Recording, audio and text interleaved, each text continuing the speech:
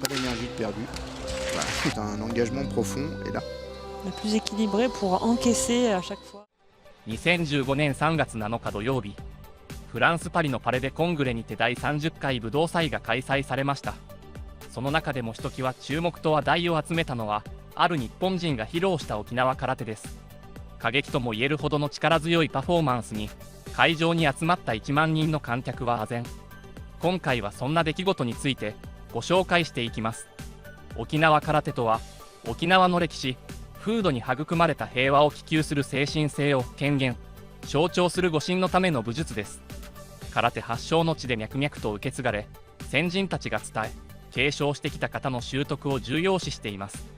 この方は攻防一体となった無駄のない技が完璧なまでに構築されており、同じ型を日々繰り返し鍛錬することによって、体力、忍耐力、精神力を鍛え上げることができます。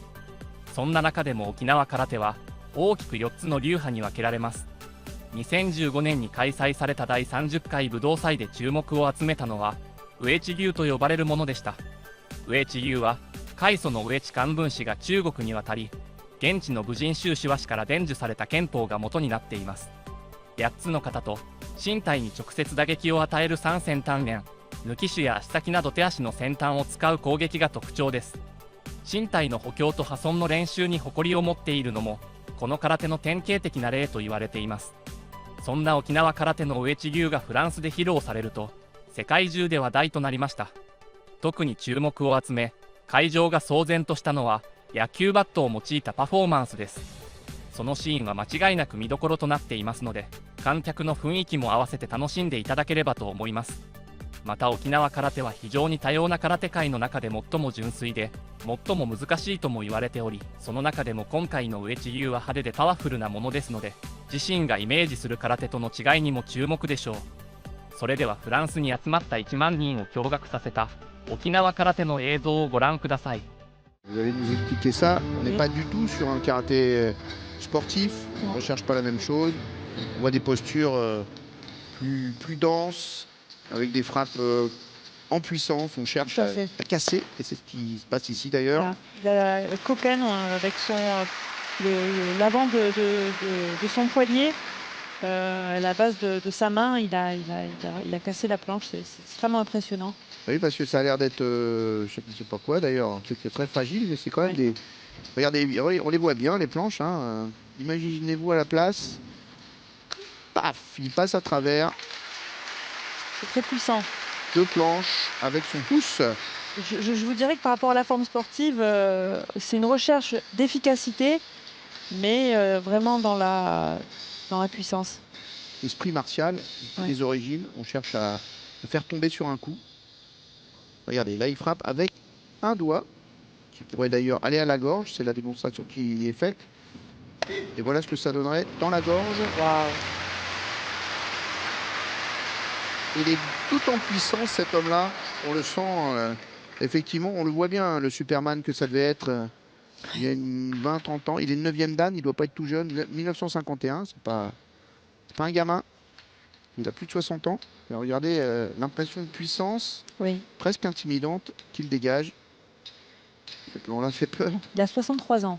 Oui. Donc c'est une batte de baseball, mesdames, messieurs.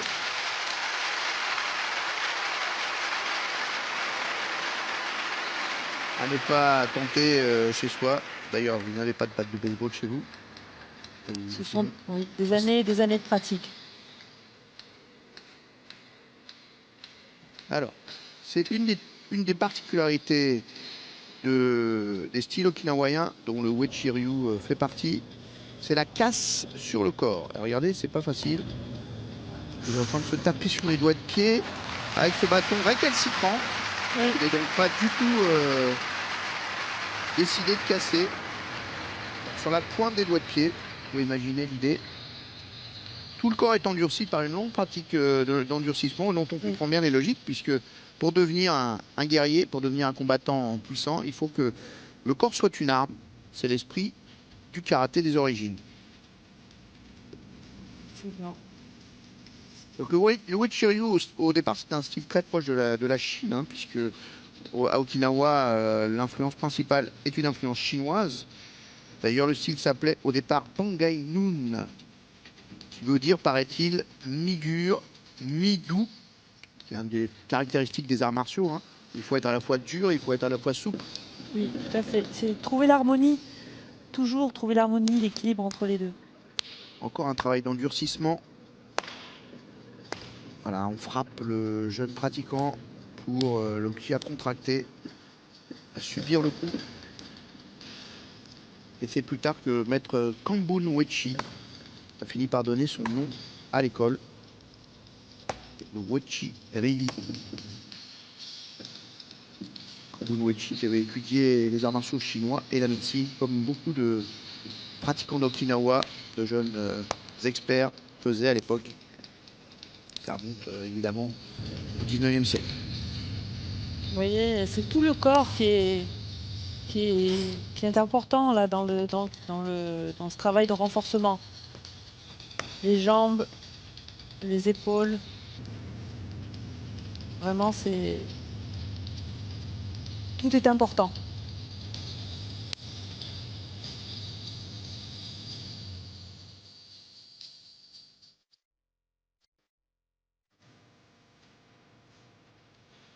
Et toujours le bout des doigts, Oui. qui sont des armes.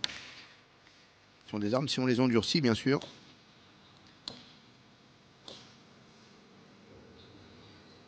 Mais maître Kyude Shinjo, dans ce travail, lui aussi travaille aussi en faisant des percussions sur son élève.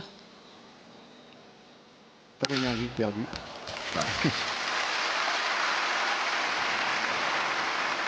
Évidemment, une pratique qu'on ne peut plus proposer dans les clubs, hein. Les arts martiaux, c'est pas que du sport et c'est pas que du divertissement, si j'ose dire, ou une pratique soft,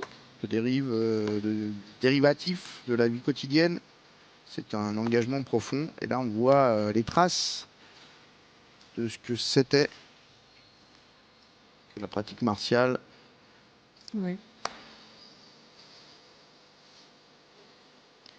Obligeant son élève à avoir une posture la plus juste possible, la plus équilibrée pour encaisser à chaque fois Wow. les coups. Un bon petit morceau de bâton. Regardez les regards qui en disent presque tant que la démonstration elle-même. いかがだったでしょうか。沖縄空手ならではの良さと迫力が伝わってきましたね。特に野球バットを破壊するパフォーマンスには驚かされました。当時の様子が動画サイトで公開されると、世界中からさまざまな言語で称賛のコメントが相次いだことからも、その凄さが本物であることが伝わってきます。沖縄県は次世代へ正しく保存、継承すること、空手発祥の地、沖縄を国内外に広く発信することを目的として、沖縄空手をユネスコ無形文化遺産登録にしようと、精力的に活動を取り組んでいるようです。すでに世界で評価されている沖縄の文化が今後どう注目されていくのか、まだまだ目が離せません。今回の動画はここまでとなります。このチャンネルの他の動画もぜひチェックしてください。ご視聴ありがとうございました。